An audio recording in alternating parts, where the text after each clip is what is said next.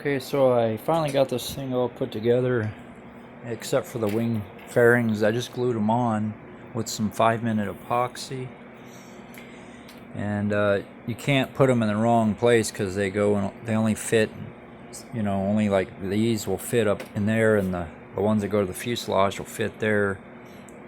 So I glued them in, and then these just bolt on or screw on like so. One over and one under, but you got to kind of push up on the wing to line it up, and then you put these little screws in there. It's got little locking nuts too, and I got all the control horns hooked up, and the flaps work. Now on the control, they make two different colored models, and I think they give you a different transmitter.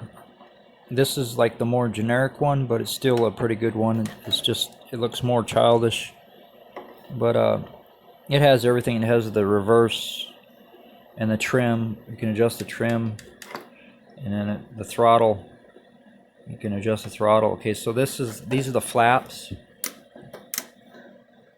Will actually be on this side. These are the flaps, and they work.